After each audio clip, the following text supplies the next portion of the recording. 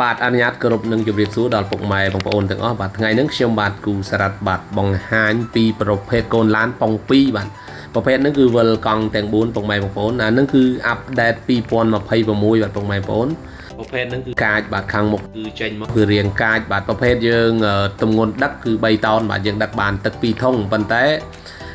ម្ចាស់គាត់យកតែមួយធុងទេបាទមួយធុងនោះគឺ1000លីត្រ2ធុងគឺ2000លីត្របាទវាយើងគិតជាតោនវាចំណុះ2តោនបាទប៉ុន្តែបើទម្ងន់ដឹករបស់វាផ្ទាល់គឺបាន3តោនចុះក្រោមពុកម៉ែបងប្អូន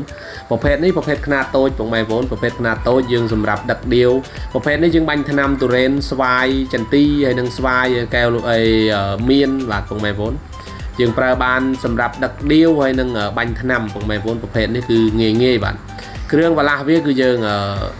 ដាក់សម្រាប់គ្រឿងគោយន្តហើយប្រពាក់ដោយប៉ងឡានហ្នឹងគឺយើងប្រើប្រអប់លេខឡានអីទាំងអស់បាទប្រភេទហ្នឹងប្រភេទខ្នាតតូចពុកម៉ែបងប្អូនណាតម្រូវការខ្នាតតូចហ្នឹងគឺត្រូវហើយបាទពុកម៉ែបងប្អូនប្រភេទនេះគឺវាសមរម្យបាទបើរឿងជាប់ផងជាប់អីអត់ជាប់ទេបាទកាឡាមុខក្រោយវាគឺមានកាឡាកាប់ពុកម៉ែបងប្អូន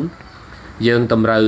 សម្រាប់ចោះបាទចោះតាមចការស្វាយតាមអីបានបាទពុកម៉ែបងប្អូនជួយគ្រប់គ្រងបាទស្នាដៃគុណខ្មែរយើងបាទប្រភេទនេះគឺយើងផលិតដោយពំពាក់ទៅដោយម៉ាស៊ីនបាទម៉ាស៊ីន19សេសបាទពុកម៉ែបងប្អូន